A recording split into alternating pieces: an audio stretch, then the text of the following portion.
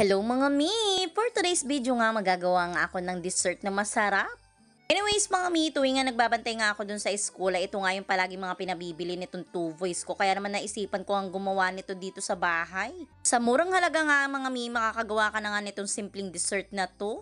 So ayan na nga mga mi, naluto ko na nga yung gulaman na pula at saka green. Medyo may sobra kasi sa kita ni Daddy Jomar kaya naman naisipan ko nga bumili nito para nga sa mga kiddos ko. Mura nga lang ang bili ko ng mga ingredients na yan at inabot nga lang ng 120 pesos. Ito na nga mga mihinati ko nga sa dalawang lalagyan at nilagyan ko na ng tigkalhating gatas. At nung niluto ko nga pala mga mi yung gulaman, nilagyan ko na ng asukal kaya naman hindi ko na nga inilahat itong condensed dito sa aking ginagawa. Dahil nga mapapasobrang tamis naman ay baka magka-tonsil kami dito. At ayan nga, nung maimix ko na lahat ng ingredients, ay ayan nga, tatakpan ko na at ilalagay ko muna sa rep para lumamig-lamig naman muna.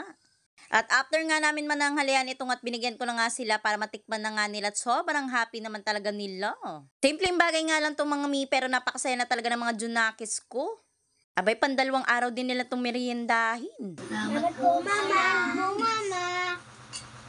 Never talaga nila nalilimutan magpasalamat. Fast forward na nga mga mi, kinagabihan nga ito't naisipan ko nga magtagay mag-isa pero dumating nga ang Daddy Jomar. Lala nyo pa ba to dun sa vlog ko na shinaron ko nga tong soju na to dun sa kapatid ko nag-shoota? Kasi nga, Sharon is life. Mamaya na kasi mag-cellphone.